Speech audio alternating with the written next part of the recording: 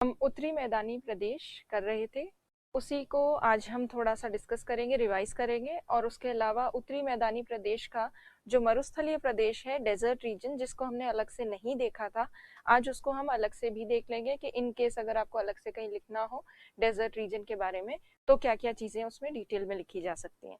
तो वैसे आज हम मरुस्थलीय प्रदेश या डेजर्ट रीजन जो है वो डिस्कस करने वाले हैं, पर पहले प्लेन्स की कुछ इंपॉर्टेंट चीजों को भी रिवाइज करेंगे। हमने जो मैदानी प्रदेश किए थे, उत्तरी मैदानी प्रदेश, वो लगभग 3200 किलोमीटर की दूरी में विस्तृत हैं, ये हमने देखा था, 3200 किलोमीटर। उसके साथ साथ हमने देखा था कि जलोढ़ अवसादों की या जो सेडिमेंट्स हैं उनका कितना गहराई तक जमाव है, तो लगभग 2000 मीटर की गहराई तक अवसाद जमे हुए हैं, सेडिमेंट्स जमे हुए। और हाइट कितनी है इस मैदानी क्षेत्र की, वैसे 185 मीटर के आसपास है एवरेज, और आप इसको राउंड फिगर में 200 मीटर भी एवरेज इसकी हाइट बता सकते हैं। समतल मैदान है, ढाल बहुत मंद है, जेंटल स्लोप है, और हर एक प्लेन रीजन की हर एक भाग जो है उसकी अलग अलग ढाल देखने को मिलते हैं, जो हमने कल की क्लास में डिस्कस किए थे। फिर अब ये जो मैदानी क्षेत्र है ये लगभग 7 लाख वर्ग किलोमीटर क्षेत्र में फैला है, 7 लाख स्क्वायर किलोमीटर एरिया में। और मेनली 7 मेन जो स्टेट्स हैं, राज्य, उनको कवर करता है ये मैदानी प्रदेश। 7 प्रमुख राज्य कौन कौन से हैं? एक तो है राजस्थान, यहाँ पर पंजाब, हरियाणा, यूपी, बिहार, ये पश्चिम बंगाल और असम। मेन जो स्टेट्स जिनको कवर करता है वो ये वाले स्टेट्स हैं, और आसपास के कुछ स्टेट्स में भी थोड़ा बहुत भाग है, पर मुख्य जो मैदानी भाग है वो इन राज्यों में देखने को मिलते हैं। अब मैदानी प्रदेश को हमने देखा कि दो तरह से इसका विभाजन देखा जा सकता है, वर्गीकरण देखा जा सकता है मैदानी प्रदेश का। एक तो प्रादेशिक वर्गीकरण देखा जा सकता है, जिसे हम कहते हैं रीजनल डिवीजन ऑफ प्लेन्स, और दूसरा जो वर्गीकरण है वो संरचना के आधार पर वर्गीकरण देखा जा सकता है। संरचना के आधार पर जो वर्गीकरण होता है उसे भौगोलिक वर्गीकरण कहते हैं, ये भी हमने डिस्कस किया था। तो स्ट्रक्चर या फिजियोग्राफी के बेसिस पर, फिजियोग्राफी के बेसिस पर जो डिवीजन होता है उसको जियोग्राफिकल डिवीजन भी कह सकते हैं। तो ये दो तरह से हमने मैदानी प्रदेश का डिवीजन देखा था। सबसे पहले अगर प्रादेशिक विभाजन की बात करें, रीजनल डिवीजन की, तो उसमें हमने यहाँ देखा था राजस्थान के मैदान, उसके बाद ये वाला जो है ये सतलज का मैदान, सतलज प्लेन्स, ये गंगा के मैदान, और उसके साथ साथ ये ब्रह्मपुत्र के मैदान। तो हमने प्रादेशिक आधार पर ये 4 मैदान जो हैं ये डिस्कस किए थे कल की क्लास में, और कुछ प्रमुख नदियां इन जो मैदानी क्षेत्रों की है वो इन मैदानी क्षेत्रों का ढाल बताती हैं, स्लोप बताती हैं, ये हमने देखा था। और फिर गंगा के मैदान को तो और हमने फर्दर डिवाइड करके भी मैंने आपको बताया था, एक तो अपर गंगा प्लेन या उच्च गंगा का मैदान, फिर मध्यवर्ती गंगा का मैदान, और लास्ट जो है वो निम्न या लोअर गंगा प्लेन्स। और प्रादेशिक आधार पर विभाजन देखने के बाद जो हमने संरचना या फिजियोग्राफिक बेसिस पे जो प्लेन्स का डिवीजन देखा था, उसमें हमने क्या डिस्कस किया था? हमने डिस्कस किया था भाबर, तराई, खादर और बांगर। तो अब संरचना के आधार पर, फिजियोग्राफी के बेसिस पर जो डिवीजन है उसको वापस एक बार और रिवाइज करते हैं। अब देखिए, जहाँ पे भी पर्वतीय क्षेत्र होते हैं, पर्वतीय क्षेत्र से निकलती हैं नदियां, और गिरते समय जब स्टीप स्लोप, तीव्र ढाल से गिरती हैं पर्वत के, तो नदियां बड़े बड़े अवसादों को आसानी से अपने साथ, सेडिमेंट्स को, बड़े बड़े सेडिमेंट्स को नीचे लेकर आ जाती है। और ये पर्वतों के पदेन क्षेत्रों में, फुट हिल रीजन में जो ये बड़े सेडिमेंट्स जमा होते हैं, इन्हीं को कहा जाता है भाबर। भाबर कहते हैं इनको।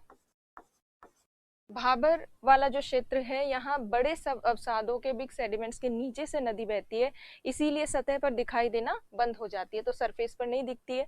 और बड़े अवसादों से बना हुआ है, बड़े बड़े पत्थर है यहाँ पर, इसलिए ये एग्रीकल्चर के लिए, कृषि के लिए उपयोगी नहीं है। इंडिया में शिवालिक पर्वतीय क्षेत्र जो है उसके ठीक आगे जो पदेन क्षेत्र है, फुटहिल रीजन, वहां पर इस तरह के भाबर के मैदान देखने को मिलते हैं।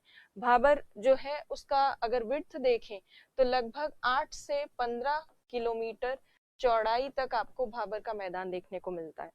भाबर के बाद, बिग सेडिमेंट्स के बाद जब नदी निकलती है तो बहुत इरेगुलर फ्लो होता है नदी का, अनियमित बहाव होता है, पानी फैल कर निकलता है, और जब ये फैल कर निकलता है पानी तो दलदली अवस्था बनती है, और काफी बड़ा वाटर सबमर्ज्ड रीजन जो है वो बनता है, और इस रीजन को कहते हैं तराई। तराई, तराई क्षेत्र का निर्माण होता है। और तराई क्षेत्र में क्या होता है, वापस से नदी सतह पर नजर आने लगती है। जो यहाँ बड़े अवसादों के नीचे खो गई थी या दिखाई नहीं दे रही थी, वो वापस दिखना शुरू हो जाती है। यहाँ पानी की उपलब्धता ज्यादा है, इसीलिए यहाँ नेचुरली प्राकृतिक रूप से काफी ज्यादा वनस्पति वेजिटेशन की ग्रोथ अच्छी खासी होती है।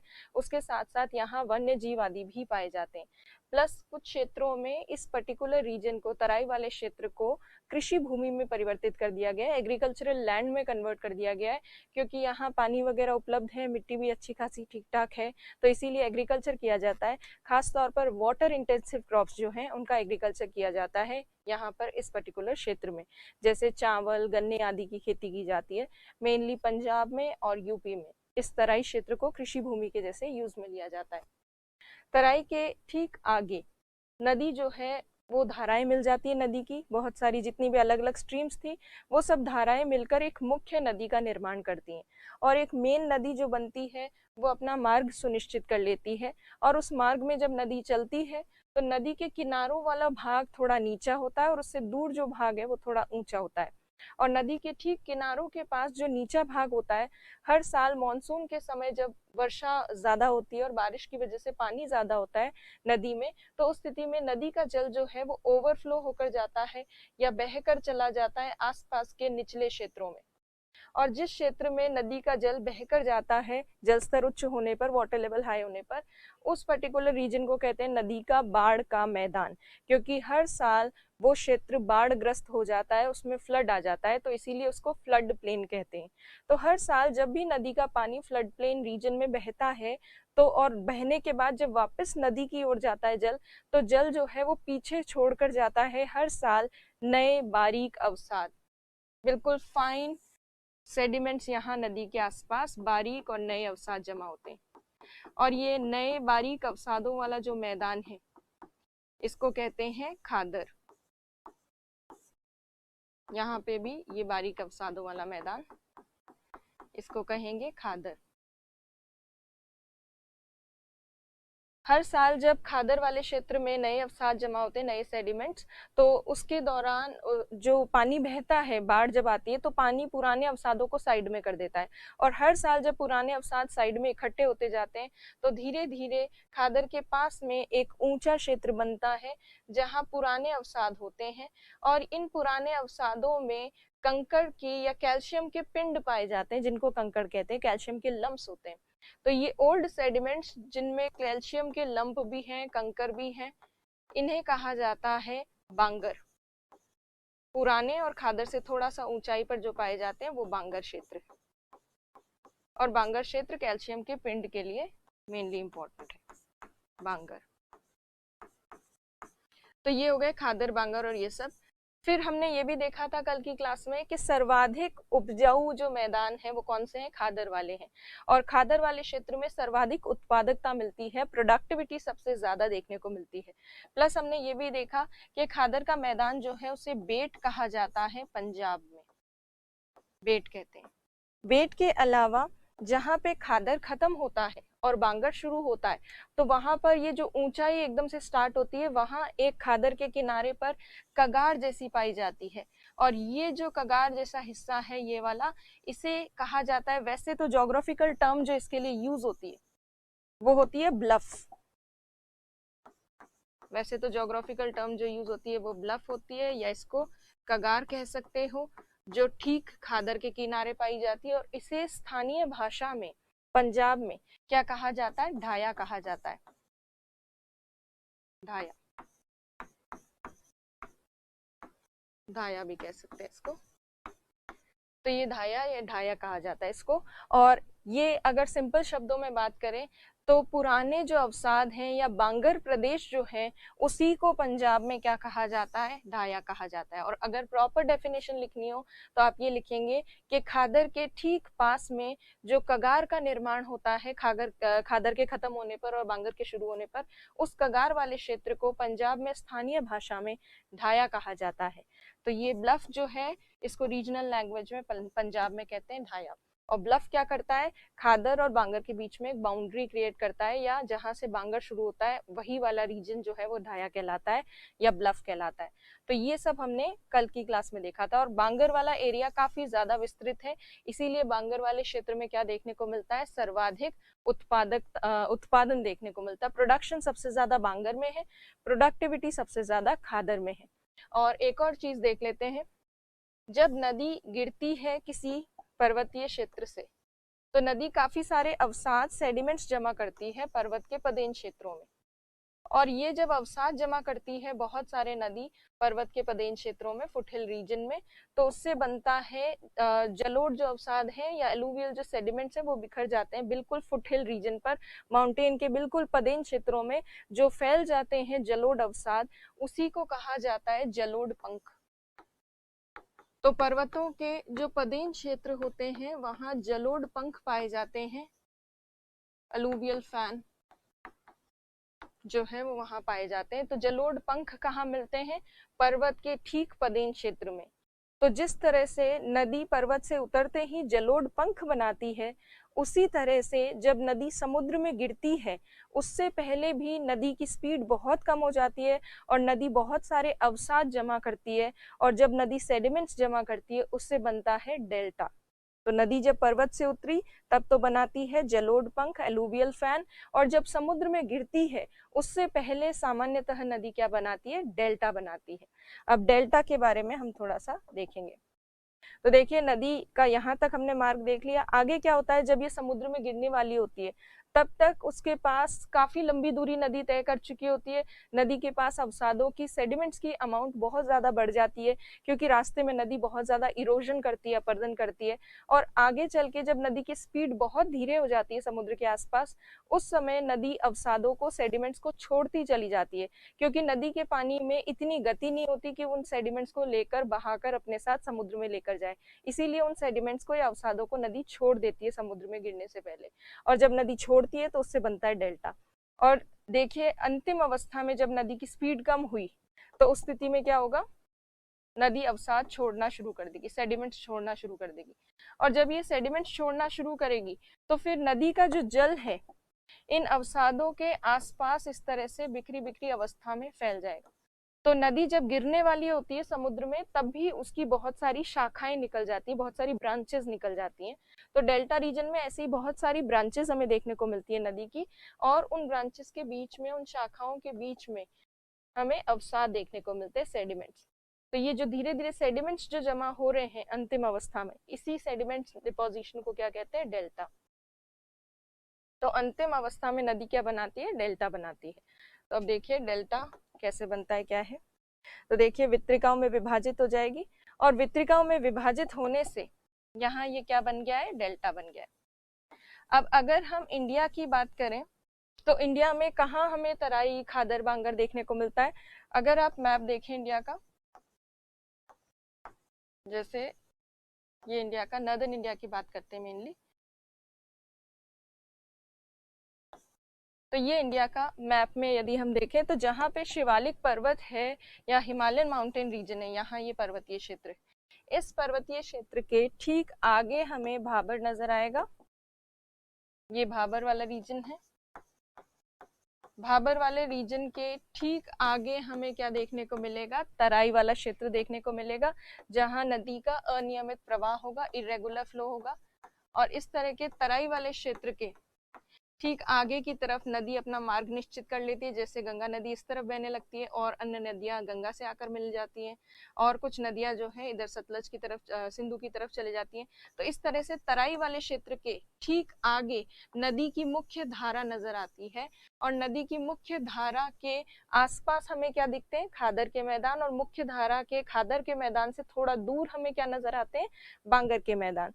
तो हमने भाबर, तराई, खादर और बांगर तो देखा, पर हमने उत्तरी मैदानी प्रदेश में डेल्टा अलग से मेंशन क्यों नहीं किया, क्योंकि आपको ये जानकारी होनी चाहिए कि यदि हम इंडिया की बात करें तो इंडिया में गंगा नदी डेल्टा नहीं बनाती है, वो कौन से देश में बनाती है, बांग्लादेश में बनाती है।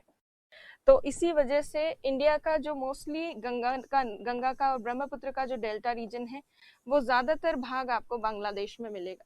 तो क्या इंडिया में कोई भी डेल्टा वाला पार्ट नहीं है गंगा का के सेक्शन की बात करें तो देखिए गंगा का थोड़ा सा डेल्टा रीजन आपको इंडिया में मिलता है, बट ज्यादातर आपको बांग्लादेश में मिलेगा। तो जब ये गंगा नदी यहाँ से जाती है, इधर से ब्रह्मपुत्र आती है, दोनों मिलती हैं और बांग्लादेश में जाकर दोनों डेल्टा बनाती हैं। और जब ये बांग्लादेश में डेल्टा बनाती हैं तो इसके आसपास वाला जो पश्चिम बंगाल वाला क्षेत्र है, यहाँ पे भी इसका गंगा नदी का कुछ डेल्टा का कुछ भाग जो है वो विस्तृत है। प्लस यहाँ पर हुगली नदी भी समुद्र में महासागर में गिरती है। तो ये जो डेल्टा रीजन है, गंगा और ब्रह्मपुत्र का जो डेल्टा क्षेत्र है, उसको क्या कहा जाता है पहले तो ये देखिए। तो गंगा ब्रह्मपुत्र का ये जो डेल्टा क्षेत्र है, इसको कहते हैं सुंदरबन डेल्टा। सुंदरबन डेल्टा।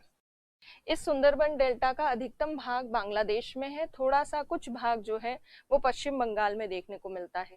इसका नाम सुंदरबन का नाम सुंदरबन क्यों है? क्योंकि यहाँ सुंदरी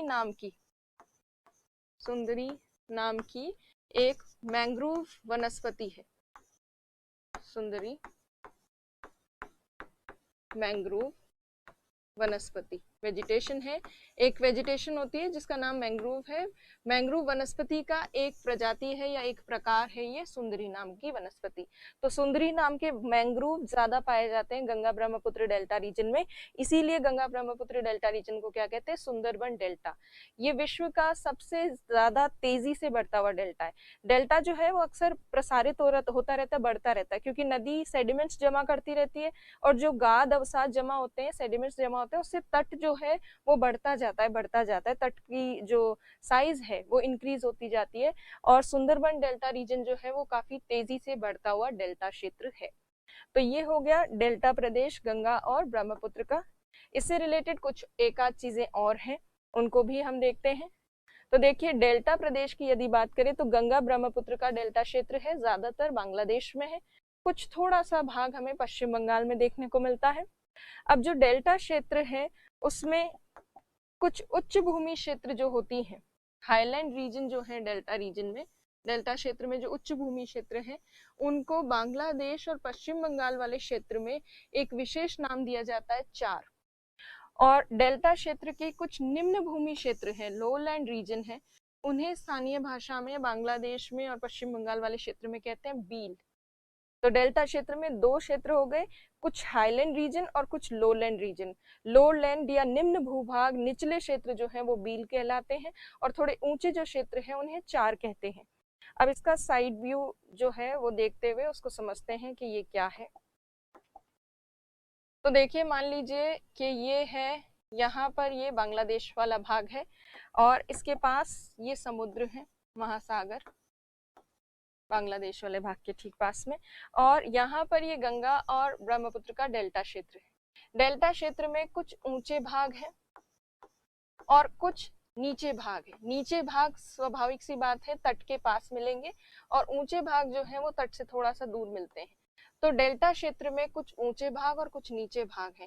नीचे भागों में क्या होता है, लोअर रीजन्स जो हैं, जब भी उच्च ज्वार आता है, हाई टाइड के समय क्या होता है, तट की तरफ पानी आता है और कोस्ट की तरफ जब पानी आता है तो ये जो लोलैंड रीजन है, ये जो निचला भाग है, ये पूरा ज्वार के जल से भर जाता है।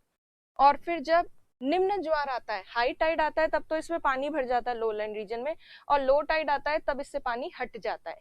तो ये जो गंगा ब्रह्मपुत्र के डेल्टा क्षेत्र में ये वाला जो भाग है जिसे निम्न भूमि या निचला क्षेत्र हम कह रहे हैं, इस निम्न भूमि क्षेत्र में ज्वार का जल आता जाता रहता है लोलैंड रीजन में, और इस लोलैंड रीजन को क्या कहा जाता है, बील कहते हैं इसको।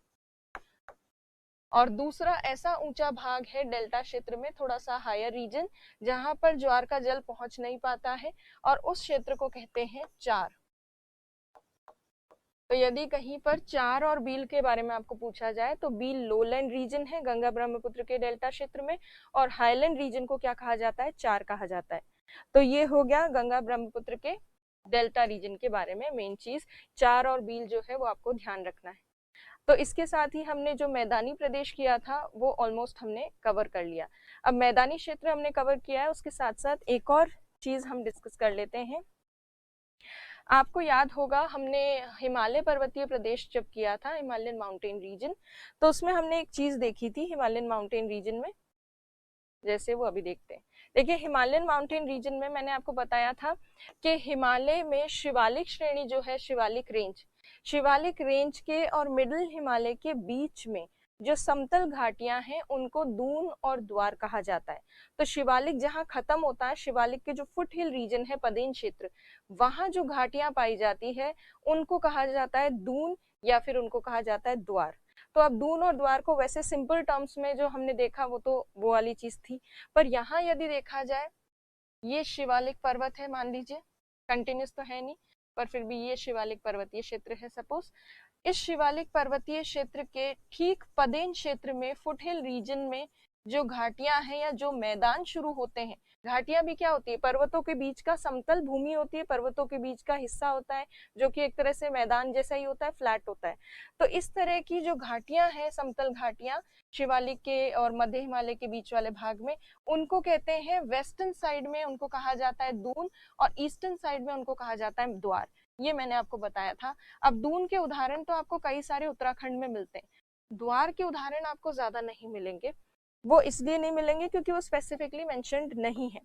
तो अब यहाँ यदि आप देखें, ये शिवालिक माउंटेन जो है, इसके और मिडिल हिमालय के बीच में यहाँ उत्तराखंड में देहरादून, कोटली दून, ये सब दून नाम की आपको कई सारी वैलीज मिलेंगी। देहरादून, कोटली दून, पाटली दून आदि। तो ये दून नाम की समतल घाटियां कहाँ मिलती है, पश्चिमी हिमालय क्षेत्र में, जबकि पूर्वी हिमालय क्षेत्र में घाटियों को क्या कहा जाता है, द्वार कहा जाता है। तो अब ये पूर्वी हिमालय वाले भाग किसको कह रहे हैं, पूर्वी हिमालय, और कहाँ की घाटियों की बात करें, तो मेनली जब हम शिवालिक का अगर आप देखेंगे तो इस तरह से आर्क फॉर्म में आपको ये शिवालिक माउंटेन दिखेगा ऐसे। और इस शिवालिक माउंटेन का वेस्टर्न हिस्सा मान रहे हैं बेसिकली, ये जो उत्तर वाला भाग है, मध्य हिमालय की, मिडिल हिमालय की ओर देखता हुआ जो भाग है शिवालिक का, उसको हम कह रहे हैं वेस्टर्न पार्ट। और वेस्टर्न पार्ट में शिवालिक के ठीक नॉर्थ में देहरादून, कोटली दून, पाटली दून है। और अगर हम ईस्टर्न साइड की बात करते हैं, पूर्वी भाग की, तो उसमें बेसिकली हम बात कर रहे हैं पश्चिम बंगाल की, वेस्ट बंगाल की, सिक्किम वाले क्षेत्र की। यहाँ पर जो शिवालिक के पदेन क्षेत्र में कुछ घाटी क्षेत्र या फिर कोई मैदानी क्षेत्र जो है समतल, उसकी बात हो रही है द्वार के अंतर्गत। हालांकि हम एग्जाम्पल में देहरादून के अलावा हरिद्वार लिखते हैं, पर हरिद्वार जो है वो बिल्कुल देहरादून के पास में ही है, और एक प्रॉपर जो द्वार होता है उसका उदाहरण हरिद्वार नहीं है। उससे हरिद्वार को लिख सकते हैं उदाहरण में, पर बहुत अच्छा उदाहरण आपको अगर देखना हो तो यहाँ पर पश्चिम बंगाल और सिक्किम मिलता है। वेस्ट बंगाल में दार्जिलिंग और जलपाईगुड़ी वाला जो क्षेत्र है, वहां शिवालिक के ठीक फुटहिल रीजन पर, पदेन क्षेत्रों पर, दक्षिण में, शिवालिक के दक्षिण में, उत्तर में नहीं, मध्य हिमालय की तरफ नहीं, मैदानों की तरफ समतल भाग है, जिसे हम एक तरह से तराई क्षेत्र भी कह सकते हैं, जो शिवालिक के ठीक आगे है। उसको कहा जाता है स्थानीय भाषा में दुआर। द्वार नहीं कहते प्रॉपर, उसको दुआर कहते हैं, दुआर।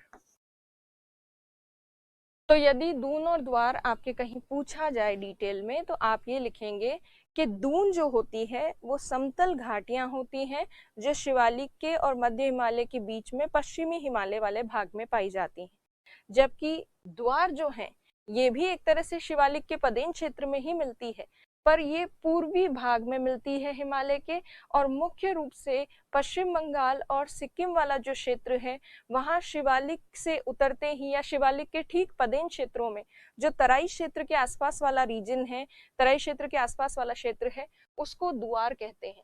दुआर जो है नेपाल और भूटानी और यहाँ आसपास की जो लैंग्वेज है, उसमें इस दुआर का मतलब होता है द्वार, रास्ता।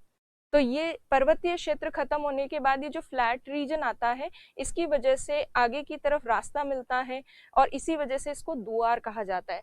और पश्चिम बंगाल वाले और सिक्किम वाले क्षेत्र में, खासतौर पर वेस्ट बंगाल में जो दुआर वाले क्षेत्र हैं, इनका यूज किया जाता है चाय की खेती के लिए, टी कल्टीवेशन किया जाता है। वेस्ट बंगाल की टी जो है वो बहुत फेमस है।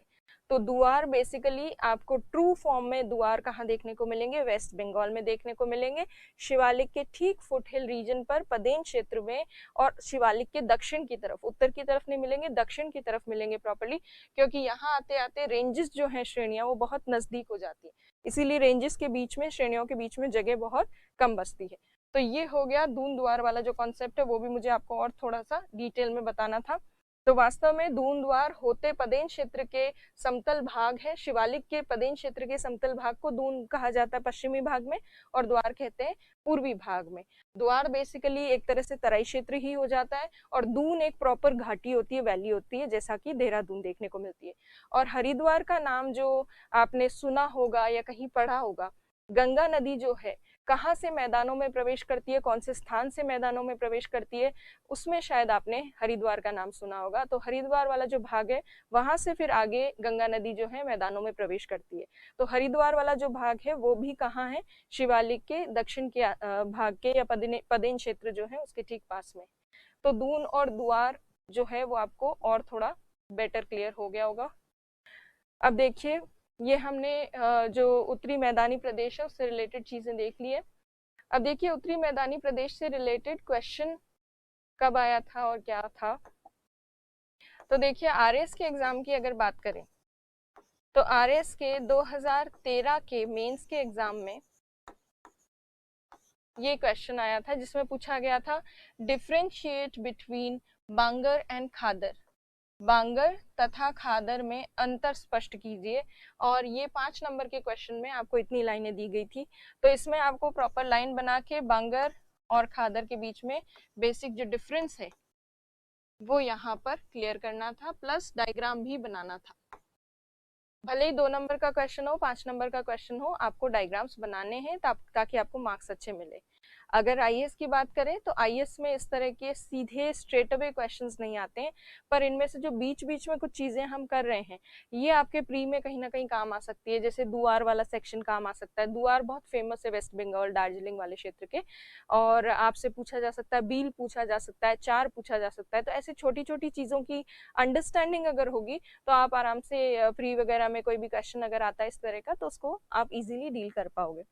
तो अगर क्वेश्चंस की बात करें कि किस तरह के प्रश्न आएंगे उत्तरी मैदानी प्रदेश से, अच्छा प्रश्न हमने लास्ट क्लास में देख लिए थे, तो उसी तरह के क्वेश्चंस आएंगे। और कोई भी बीच में जो छोटी छोटी चीजें की है जिसका भी आपको लगता है कि प्रश्न बन सकता है, उसकी आप आंसर की प्रैक्टिस कर सकते हो, और उसके साथ साथ आप एटलस में इनको देख सकते हो। और उसके अलावा आप इंटरनेट पे भी सर्च कर सकते हो कि दुआर दिखती कैसी है, घाटियां या दुआर वाला क्षेत्र कैसा होता है, तो उसमें आपको चाय के बागान और ये सब जो है वेस्ट बंगाल के, ये आपको उसमें नजर आएंगे। तो ये हो गया हमारा मैदानी प्रदेश। अब हम जो आज की क्लास में डिस्कस करने वाले थे वो देख लेते हैं। आज हमें पश्चिमी या उत्तर पश्चिमी मरुस्थलीय प्रदेश करना था।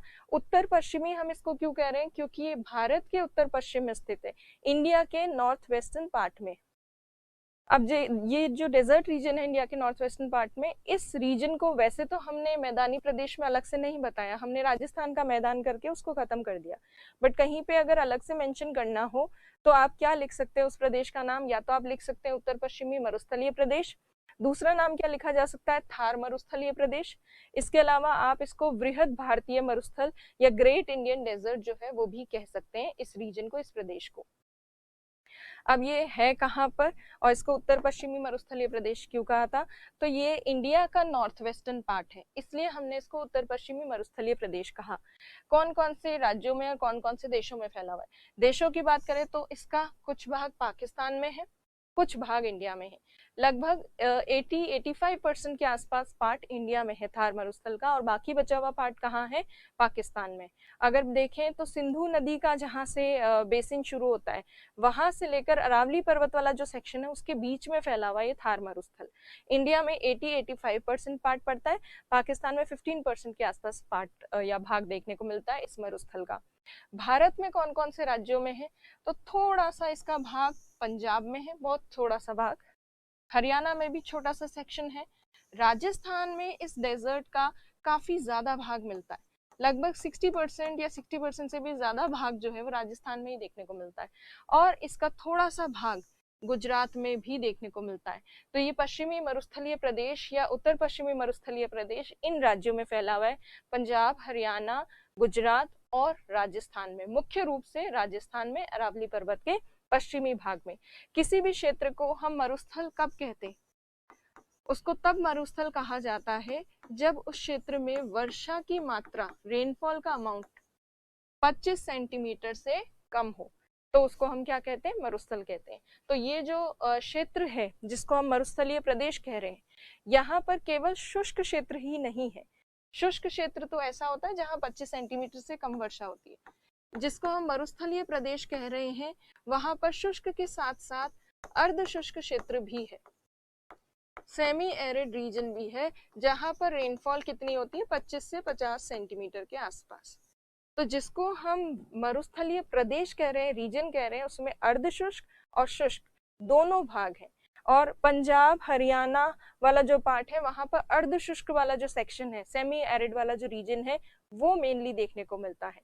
राजस्थान के पश्चिमी भाग में मुख्यतः कौन सा देखने को मिलता है? शुष्क वाला प्रदेश। और राजस्थान में अर्ध शुष्क या सेमी एरिड वाला पार्ट भी है। अभी देखेंगे कि राजस्थान में कौन कौन से पार्ट हैं। पहले बात कर लेते हैं इस इंडिया के लेवल पे। तो देखिए, भारत के उत्तर पश्चिम में है, इसीलिए उस उत्तर पश्चिमी शुष्क प्रदेश या मरुस्थलीय प्रदेश कहते हैं इसको। इसका टोटल एरिया जो है पूरे मरुस्थल का, पाकिस्तान को इंक्लूड करके, वो कितना है? 2 लाख वर्ग किलोमीटर के आसपास है। इसमें से इंडिया में 85% है थार मरुस्थलीय प्रदेश का, और पाकिस्तान में केवल 50% के आसपास, 15% के आसपास, 15% के आसपास भाग है। राजस्थान में सबसे ज्यादा पार्ट है इस डेजर्ट का, और कुछ जो बचा कुचा भाग है वो गुजरात, पंजाब, हरियाणा, इन सब क्षेत्रों में देखने को मिलता है। यहाँ पे शुष्क और अर्ध शुष्क दोनों तरह के क्षेत्र हमें देखने को मिलते हैं। और जैसा हमने देखा कि पश्चिमी जो भाग है यहाँ, उसकी सबसे प्रमुख नदी है लूनी। और उसके अलावा जहाँ पर शुष्कता होती है, एरिड कंडीशंस ज्यादा होती हैं, वहाँ अक्सर क्या देखने को मिलती है? लवणीय झीलें, सलाइन लेक्स बहुत सारी देखने को मिलती है। तो यहाँ पर इस पश्चिमी मरुस्थलीय या शुष्क प्रदेश में भी कई सारी लवणीय झीलें हैं, जैसे सांबर झील है, पचपदरा झील है, और भी कई सारी झीलें हैं। तो ये जो लेक्स वगैरह है उसके लिए भी फेमस है। अब हम बात करते हैं ओरिजिन की, उत्पत्ति की। तो इस मरुस्थलीय प्रदेश की उत्पत्ति से संबंधित क्या क्या सिद्धांत हैं, क्या क्या थ्योरीज हैं? तो एक थ्योरी के अंतर्गत तो मुख्यतः ये माना जाता है कि जो आसपास जो चट्टाने हैं या रॉक्स हैं, जैसे अरावली पर्वत जो है उसकी चट्टाने हैं, चट्टाने जब अपर्दित होती हैं या चट्टानों के अपर्दित होने से, चट्टानों के इरोजन से, घिसने टूटने से, अपक्षय और अपर्दन दोनों आएंगे इसमें, तो रॉक्स जो हैं उनके अपर्दन के कारण बालू रेत बनी या बालू मिट्टी बनी, और उसी बालू मिट्टी के कारण, रेत के कारण मरुस्थल का निर्माण हुआ। ऐसा कुछ वैज्ञानिकों का या कुछ जो है भूगोल शास्त्री, उनका मानना है कि रॉक्स जो हैं उनका इरोजन हुआ, उनकी वेदरिंग हुई, और रॉक्स के इरोजन और वेदरिंग से जो सैंडी सॉइल बनी, उसी सैंडी सॉइल के कारण डेजर्ट बन गए। तो कुछ लोग जो हैं या कुछ जो भूगोलवेता हैं, उनका ये मानना है ज्योग्राफी में कि चट्टानों के अपर्दन से ही यहाँ बालू रेत बिछ गई, और बालू रेत जो है वो जल को अच्छे से ग्रहण नहीं कर पाती, और धीरे धीरे यहाँ मरुस्थलीय परिस्थितियां बन गई। पर ये जो है व्यू या ये उत्पत्ति से संबंधित जो आधार बताया है, ये पर्याप्त नहीं है। ऐसा नहीं हो सकता कि केवल चट्टानों के अपर्दन से बालू मिट्टी बन गई और शुष्कता या एरिडिटी या एरिड कंडीशंस किसी क्षेत्र में बन गई और उनकी उत्पत्ति हुई, डेजर्ट की उत्पत्ति हुई। तो ये 100% सही नहीं है, ये वाली जो थ्योरी है या ये वाला जो अनुमान है। इसके अलावा और क्या अनुमान है? तो कुछ भूवैज्ञानिकों का ये मानना है कि इस मरुस्थलीय क्षेत्र में ये चट्टानों का अपर्दन हुआ कैसे। माना कि ठीक है, रॉक्स के अपर्दन से बालू मिट्टी बनी होगी, पर ये रॉक्स इरोड क्यों हुई, अपर्दन क्यों हुआ? कौन करता है चट्टानों का अपर्दन? चट्टानों का अपर्दन होता है, रॉक्स का इरोजन होता है बहिर्जनित कारकों की वजह से। एक्सोजेनस जो एजेंट्स होते हैं, जैसे वाटर, पानी हुआ, और ये जो पवने हुई, विंड्स आदि। तो कुछ वैज्ञानिकों का ये मानना है कि केवल विंड्स की बात करें तो केवल पवने इतना ज्यादा इरोजन नहीं कर सकती। इसका मतलब ये जो चट्टाने अपर्दित हुई हैं और बालू रेत बनी है और मरुस्थल बना है, तो ये चट्टानों के अपर्दन के पीछे जल की जरूर से भूमिका है। जल की वजह से ही ये चट्टानें अपरदित हुई होंगी। तो कुछ वैज्ञानिकों का मानना है यहाँ पर पहले नदियां थी, जल था, और उस जल के कारण ये चट्टानें, रॉक्स इरोड हुई, और इनके इरोजन की वजह से धीरे धीरे यहाँ पर ये बालू मिट्टी या रेत जो है वो बिछ गई और मरुस्थल बने। तो कुछ लोगों का ये मानना है कि यहाँ पर पहले जल था। जल किस आधार पर था, किस तरह से था? नदियों के रूप में था, जैसा कि हमें गग्गर नदी के अवशेष मिलते हैं, और इसी वजह से कहा जा सकता है कि पहले ये क्षेत्र आर्द्र था, आर्द्र क्षेत्र था, और बाद में धीरे धीरे ये शुष्क हो गया। तो कुछ लोगों का ये मानना है, और कुछ तो बिल्कुल ही अलग सोचते हैं। टूशो या ऐसे जो कुछ वैज्ञानिक है, टूशे करके एक वैज्ञानिक है, उनका तो ये मानना है कि ये अपर्दन अपर्दन नदियां वदियां सब छोड़ो, मॉनसून पवनें जो आती है ना दक्षिण पश्चिम से, साउथ वेस्ट से जो मॉनसून विंड्स आती हैं, वो अपने साथ भर भर के रेत लेकर आई, और उनकी वजह से आकर यहाँ पर जो है रेत बिछ गई। तो टूशे महाशय जो है वो बिल्कुल हाई लेवल का सोचते हुए उन्होंने ये सीधा बताया कि किसी और का योगदान नहीं है, ये तो मॉनसून पवनों का योगदान है। मॉनसून पवनें अपने साथ उड़ा उड़ा कर लेकर आई हैं ये मिट्टी या ये सैंड, जिसकी वजह से धीरे धीरे मरुस्थल बना है। तो डिफरेंट थ्योरीज हैं इससे, ओरिजिन से रिलेटेड या उत्पत्ति से संबंधित मरुस्थल के, पर सबसे सर्वमान्य और सबसे सही थ्योरी क्या है? तो यदि हम सबसे सही थ्योरी की बात करें तो सबसे सही अनुमान जो है वो ये है कि पहले जो राजस्थान वाला जो पश्चिमी भाग है ये आर्द्र था, ह्यूमिड था, ये ह्यूमिड था। यहाँ बहुत सारी नदियां बहती थी, जिसका अवशेष हमें गग्गर नदी के रूप में मिलता है। बहुत सारी नदियां थी, और इन नदियों और आर्द्र भूमि के कारण यहाँ पर बहुत सारी वनस्पति थी, बड़े बड़े पेड़ थे यहाँ पश्चिमी राजस्थान वाले भाग में, वेजिटेशन थी, और इस वेजिटेशन की वजह से ही वनस्पति जो है उसी के कारण हमें साक्ष्य मिलते हैं, एविडेंस मिलते हैं। आक्कलवुड फॉसिल पार्क में लकड़ी के अवशेष जो मिलते हैं वो इसको सही प्रमाणित करते हैं। आक्कलवुड, तो आक्कलवुड जो फॉसिल पार्क है उसमें जो लकड़ी के फॉसिल्स मिलते हैं, लकड़ी के जो जीवाश्म मिलते हैं पेड़ पौधों के, वो ये साक्ष्य देते हैं कि पहले यहाँ पर कभी वनस्पति रही होगी। तो ये वाला जो अनुमान है कि हाँ पहले आर्द्र था, नदियां थी, जैसे गग्गर के अवशेष अभी भी हमें मिलते हैं यहाँ पर, और उसके साथ साथ वनस्पति भी यहाँ थी, जिसके भी प्रमाण हमें मिल रहे हैं आक्कलवुड फॉसिल पार्क जो है उसके आधार पर। तो ये वाला जो उत्पत्ति का सिद्धांत है ये सही है। तो जब राजस्थान का पश्चिमी भाग पहले आर्द्र था तो ये धीरे धीरे शुष्क कैसे हो गया? तो जो भूगोलवेता इसका पक्ष करते हैं या इसका पक्ष लेते हैं इस ओरिजिन थ्योरी का, उनका ये मानना है कि कुछ समय बाद ये जो राजस्थान का पश्चिमी भाग है, ये आंतरिक जो भूगर्भिक गतिविधियां होती है, हलचल होती है अंदर की तरफ, इंटरनल जो एक्टिविटीज होती हैं अर्थ में, उसकी वजह से ये वाला राजस्थान का वेस्टर्न पार्ट ऊपर उठ गया, और जब ये पार्ट, ये भाग ऊपर उठा, राइज अप हुआ, उसकी वजह से इसकी ऊंचाई बढ़ गई, और जब ये ऊंचाई बढ़ गई तो नदियां जो हैं उनका ढाल चेंज हो गया, स्लोप चेंज हो गया। इसलिए यहाँ की जो अधिकतम नदियां थी वो या तो सिंधु इंडस रिवर की तरफ डाइवर्ट हो गई या गंगा रिवर की तरफ, गंगा नदी की तरफ डाइवर्ट हो गई, और इसीलिए ऊंचा उठ जाने के कारण यहाँ जो पहले पूर्व काल में कोई नदियां रहा करती होंगी, बहती होंगी, वो आना यहाँ पर बंद हो गई, क्योंकि उन्होंने अपना रास्ता चेंज कर लिया, वो डाइवर्ट हो गई दूसरी तरफ, जहां उनको ढलान मिला नदियों को, वो वहां बहकर चलेगी।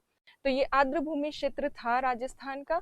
उसके बाद भूगर्भिक हलचलों की वजह से राजस्थान का ये भाग जो है वेस्टर्न पार्ट, ये ऊपर उठा, ऊपर उठने से नदियां यहाँ से हट गई, नदियों ने अपने मार्ग बदल दिए, और धीरे धीरे नदियां जब बंद हो गई यहाँ पर आना तो ये क्षेत्र शुष्क होता गया, होता गया।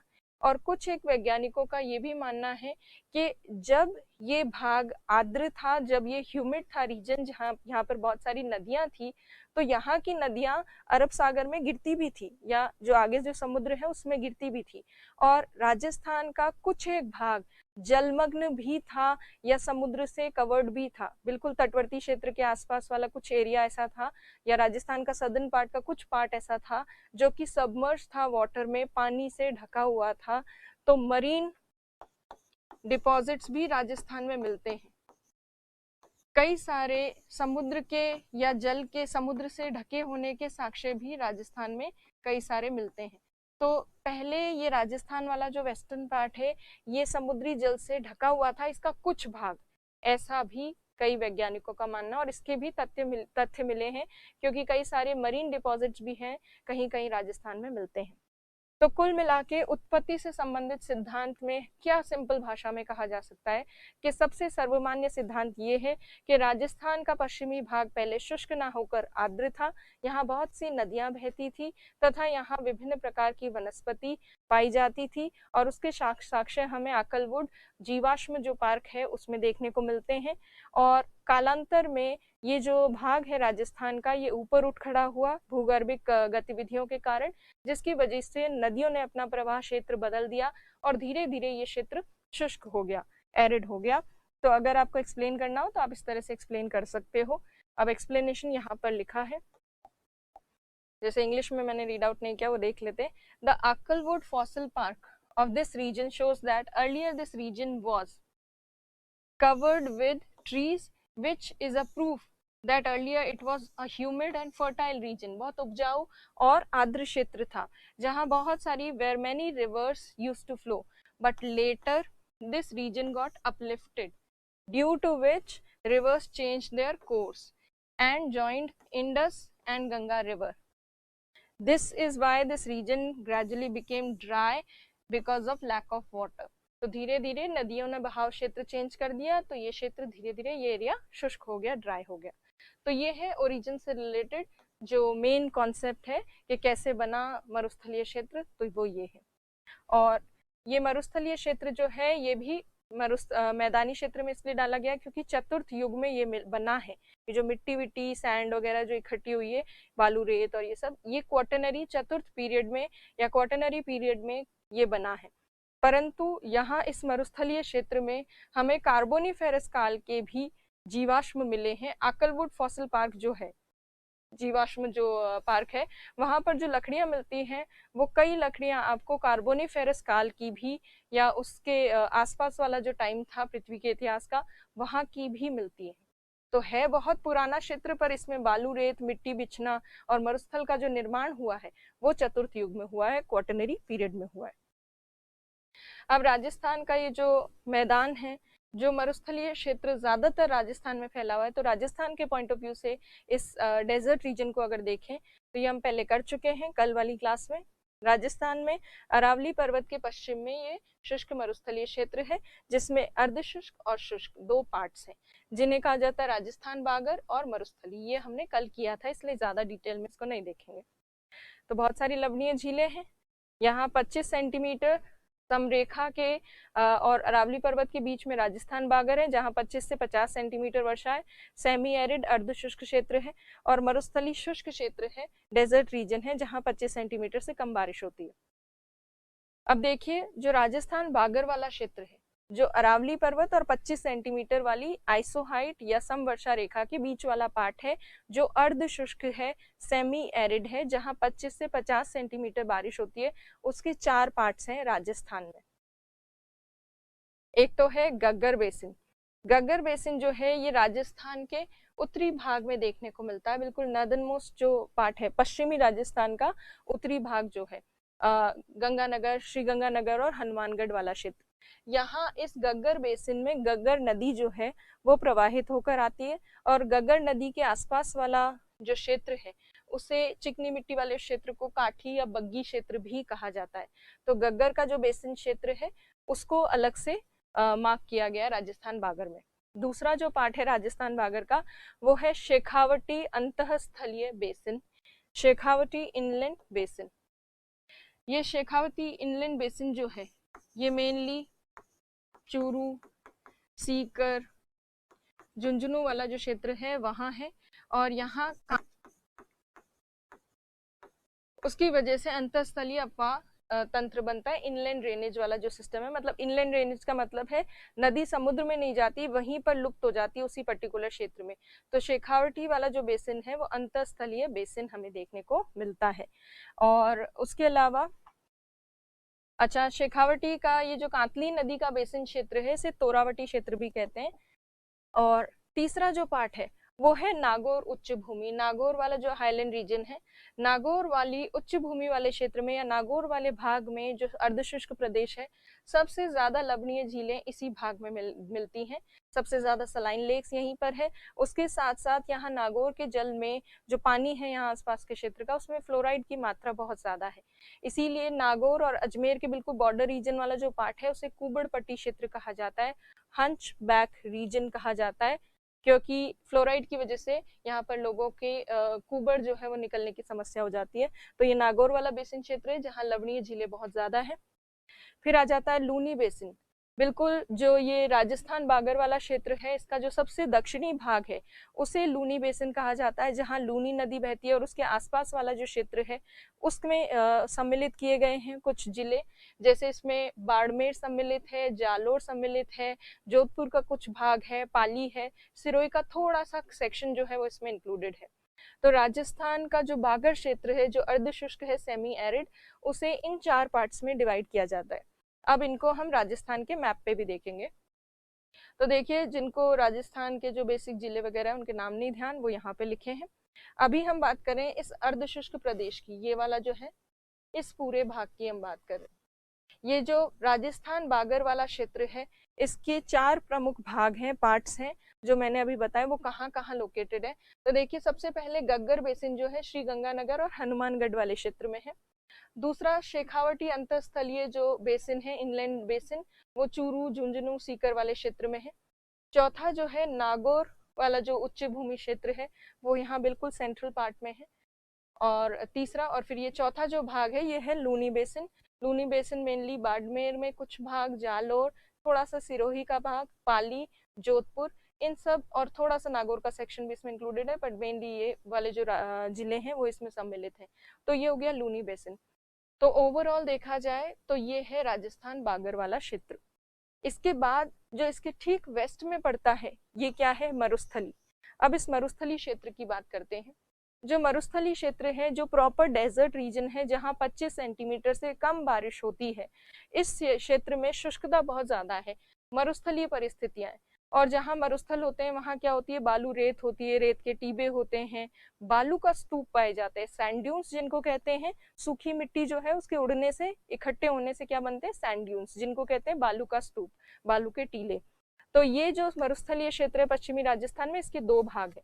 एक तो है सैंड ड्यून्स वाला रीजन, मतलब बालू का स्तूप युक्त क्षेत्र, जहाँ पे बालू का स्तूप देखने को मिलते हैं, वो वाला क्षेत्र। और दूसरा भाग जो है इसका, वो है सैंड ड्यून फ्री रीजन, बालू का स्तूप मुक्त क्षेत्र, जहाँ पे सैंड ड्यून्स देखने को नहीं मिलते।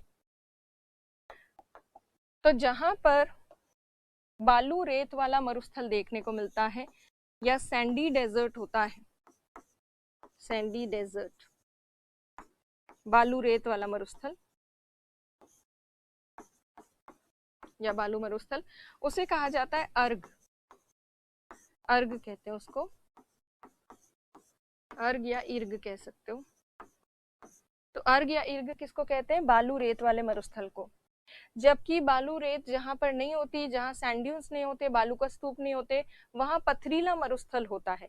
और जो पथरीला मरुस्थल होता है, पथरीला, या फिर जहां पे रॉकी डेजर्ट हमें देखने को मिलता है, उस रॉकी डेजर्ट को कहते हैं हमादा। हमादा।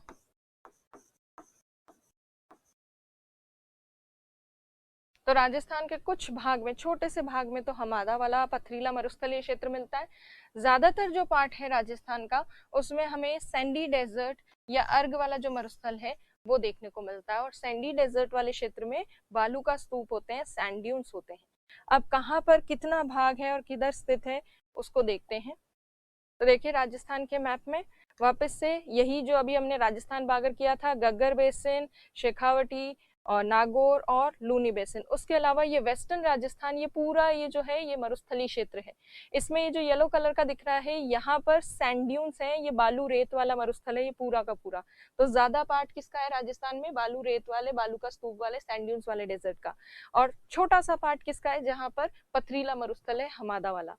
तो देखिए सैंड ड्यून रीजन ये वाला है और ये सैंड ड्यून फ्री रीजन है, जिसे हम हमादा वाला क्षेत्र, पथरीला मरुस्थल वाला भाग कह सकते हैं। जहां पर सैंड ड्यून्स होते हैं, बालू का स्तूप होते हैं, बालू का स्तूप अलग अलग शेप के होते हैं और जैसा उनका शेप होता है, आकार होता है, उसके आधार पर उनके अलग अलग नाम होते हैं सैंड ड्यून्स के।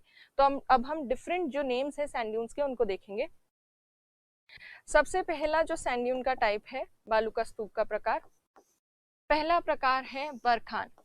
ये अर्धचंद्राकार या क्रेसेंट शेप का होता है। जैसा आपको यहाँ पर ये दिख रहा है, यहाँ से विंड आ रही है, पवन आ रही है।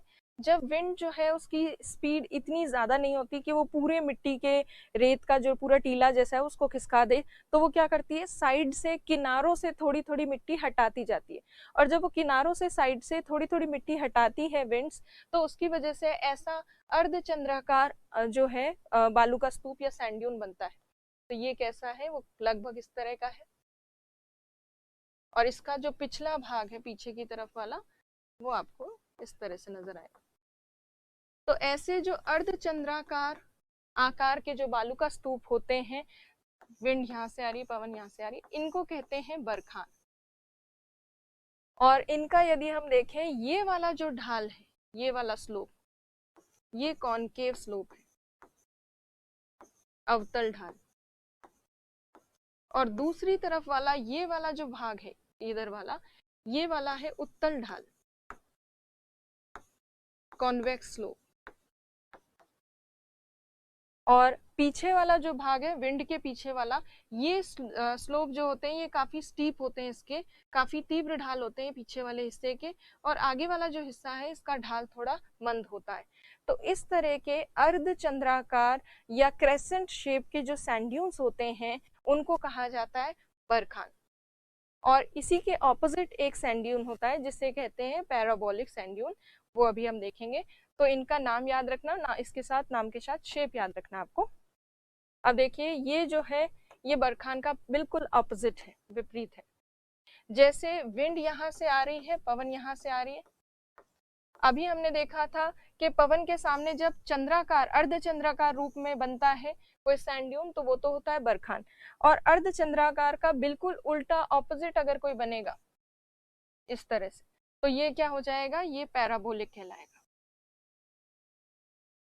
तो इसमें क्या होता है, विंड, पवन बहुत ज्यादा स्ट्रॉन्ग होती है, स्पेशली सेंट्रल पार्ट में। तो ये जो मिट्टी वाला भाग है, ये ज्यादातर जो बीच वाला हिस्सा है जिसमें ज्यादा मिट्टी है, इसको काफी पीछे धकेल देती है विंड। और किनारे वाले जो क्षेत्र हैं वो थोड़े थोड़े फिर भी बच जाते हैं। तो इस तरह से ऐसे ही बरखान के जैसी ही अर्धचंद्राकार रूप में बनता है, पर बरखान का बिल्कुल ऑपोजिट होता है। विंड की तरफ, पवन की तरफ जो ढाल होगा वो कौन सा होगा, कॉनकेव स्लोप। मतलब अवतल ढाल जो है वो पवन की तरफ है, विंड की तरफ है। और पीछे की तरफ जो भाग है वहां पे कॉन्वेक्स स्लोप होता है, उत्तल ढाल। तो बरखान का ठीक ऑपोजिट, विपरीत जो बनता है उसको हम क्या कहते हैं, उसको हम कहते हैं पैराबोलिक सैंड ड्यून। तो ये दूसरा सैंड ड्यून का नाम है पैराबोलिक।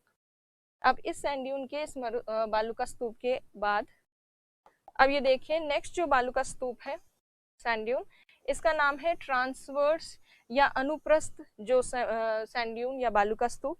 ये पवन की दिशा के समकोण पर या परपेंडिकुलर बनता है। जैसे मान लीजिए विंड यहाँ से आ रही है और विंड के ठीक परपेंडिकुलर यहाँ पर रेत जो है उसके टीले बन जाए, तो पवनों के ठीक परपेंडिकुलर या 90 डिग्री के कोण पर, समकोण पर जब कोई सैंड ड्यून्स बनते हैं, बालू का स्तूप बनते हैं, तो उन्हें कहा जाता है अनुप्रस्थ या ट्रांसवर्स, अनुप्रस्थ या ट्रांसवर्स ड्यून्स, ट्रांसवर्स ड्यून्स। सो ये हो गए ट्रांसवर्स, नाम से भी थोड़ा बहुत आपको क्लियर हो जाएगा। उसके बाद लास्ट जो है वो है लीनियर या अनुदैर्ध्य। लीनियर में क्या होता है, सीधे सीधे विंड की डायरेक्शन में ही रेखाओं के रूप में सैंड ड्यून्स बनते हैं। जैसे मान लीजिए ये विंड्स आ रही है पवने, और ये जो है ये यहाँ पर सैंड ड्यून्स बने बालू का स्तूप, और इनके बीच से इस तरह से विंड जो है वो क्रॉस होके जाएगी। तो ऐसे जब विंड की डायरेक्शन के बिल्कुल पैरेलल, पवन की दिशा के ठीक समानांतर जो बनते हैं बालू का स्तूप, उनको कहा जाता है लॉन्गिट्यूडनल या लीनियर या तो इनको रेखीय कहेंगे या फिर इनको अनुदैर्घ्य कहेंगे। तो इस तरह से रेखीय बालू का स्तूप भी बनते हैं। तो ये चौथा प्रकार हो गया। तो हमने 4 किए हैं, बरखान, पैराबोलिक जो बरखान का बिल्कुल विपरीत उल्टा है, फिर उसके बाद ट्रांसवर्स अनुप्रस्थ, और अनुदैर्घ्य जिसमें लंबी लंबी रेखाओं के रूप में बालू का स्तूप सैंड ड्यून्स बनते हैं। फिर अब देखिए ये चारों सैंड ड्यून्स जो हैं वो एक साथ, बरखान जो क्रेसेंट शेप का होता है, बरखान का उल्टा पैराबोलिक, फिर ट्रांसवर्स जिसके बिल्कुल विंड के समकोण पर, पवन के समकोण पर जो बनता है परपेंडिकुलर टू विंड, और विंड के पैरेलल जो बनता है वो है लॉन्गिट्यूडनल या रेखीय। ये 4 हमने देख लिए। उसके बाद आप देखिए जब कहीं पर मान लीजिए विंड यहाँ से आ रही है, तो क्या आप इस तरह के को पहचान पा रहे हैं ये कौन सा सैंड ड्यून होगा? अगर पवन यहाँ से आ रही है और पवन के सामने इस तरह से अर्धचंद्राकार रूप में कोई बना है सैंड ड्यून, और उसका उत्तर ढाल कॉन्वेक्स स्लोप विंड की तरफ है, तो उस स्थिति में कौन सा सैंड ड्यून हो गया? ये है बरखान। जब भी कभी कहीं बरखान जैसा सैंड ड्यून बना हो और पवन सडनली अपनी डायरेक्शन चेंज कर ले, विंड डायरेक्शन चेंज कर लेगी, तो उसकी वजह से क्या होता है, मान लीजिए पहले ऐसे चल रही थी, अब विंड ने सडनली इस तरफ चलना शुरू कर दिया, इस तरफ बहना शुरू कर दिया। मान लीजिए पहले सीधा चल रही थी इस तरफ, अब इधर टर्न हो गई विंड, तो उस स्थिति में क्या होगा, इस किनारे को और ज्यादा आगे तक खींच कर लेके जाएगी विंड। और जब बरखान का ही एक हिस्सा, एक किनारा जो है वो फैल जाता है या बहुत विस्तृत हो जाता है, जैसे मान लीजिए एक साइड उसकी बहुत ज्यादा फैल जाए बरखान की, तो ऐसा जो सैंड ड्यून बनता है जिसमें बरखान की एक एज, एक कॉर्नर एक्सटेंड हो जाता है, उसको एक विशेष नाम दिया जाता है, उसको कहते हैं सीफ।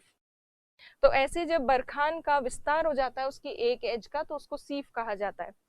इसी तरह से जब कहीं पर विंड की डायरेक्शन फिक्स नहीं हो और चारों तरफ से अनियमित रूप से इरेगुलर फॉर्म में विंड्स चलें, पवने चलें, तो क्या होता है, कुछ इस तरह के मरुस्थल में बालू का स्तूप बनते हैं या सैंड ड्यून्स बनते हैं, जो किस तरह के दिख रहे हैं आपको, तारानुमा दिख रहे हैं, स्टार शेप्ड। तो जहां पर इरेगुलर फ्लो होता है विंड्स का, वहां स्टार शेप्ड या तारानुमा सैंड ड्यून्स या बालू का स्तूप देखने को मिलते हैं। तो ये तारानुमा बालू का स्तूप है। तो टोटल हमने 4 + 2 6 बालू का स्तूप जो है, 6 सैंड ड्यून्स, वो यहाँ पर डिस्कस कर लिए।